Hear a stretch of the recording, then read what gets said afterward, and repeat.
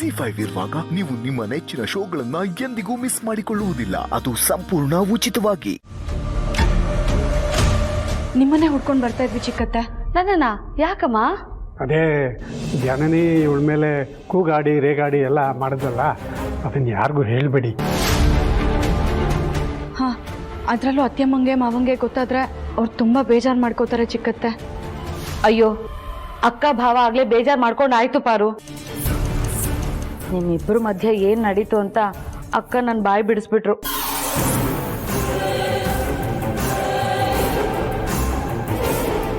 ಅಲ್ಲ ಚಿಕ್ಕತ್ತೆ, ಅತ್ತೆಮ್ಮ ಮಾವ ದೇವಸ್ಥಾನಕ್ಕೆ ಹೋಗಿದ್ರಲ್ಲ, ಅವ್ರು ಬಂದಾಯ್ತಾ? ಆಗ್ಲೇನೆ ಬಂದ್ರು. ಬಂದ್ ಕೂಡ್ಲೆ ಮನೆನ ನೋಡಿ ಯಾಕೆ ಮನೆ ಬಿಕೋ ಅಂತಿದ್ಯಲ್ಲ ಅಂತ ಕೇಳಿದ್ರು.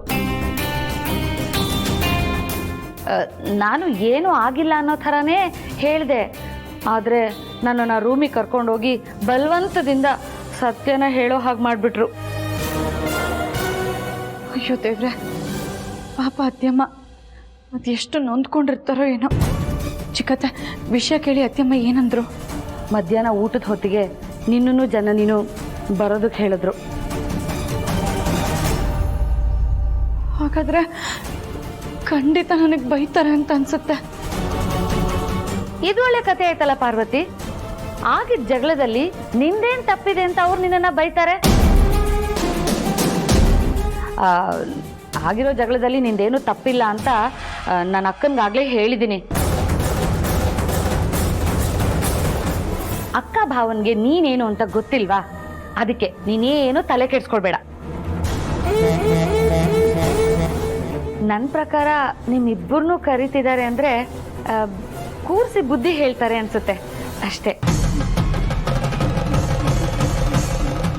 ಜೇನು ಗೂಡು ಥರ ಇದ್ದ ಅರಸನ ಕೋಟೆಯಲ್ಲಿ ಏನಾಗಬಾರ್ದಾಗಿತ್ತು ಅದೇ ಆಗ್ತಾ ಇದೆ.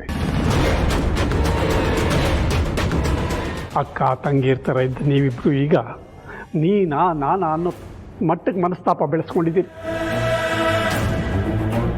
ಅಲ್ಲದೆ ಈಗ ಇದು ಅಮ್ಮನವ್ರಿಗೆ ಗೊತ್ತಾಗೋ ಮಟ್ಟದವರೆಗೂ ಬೆಳೆದಿದೆ. ಇದರಿಂದ ಖಂಡಿತ ಅರಸನ ಕೋಟೆ ಒಳ್ಳೇದಾಗಲ್ಲ. ಇಷ್ಟಕ್ಕೆಲ್ಲ ಕಾರಣ ಆ ಜನನೇ ತಾನೇ ಹನುಮಂತಣ್ಣ.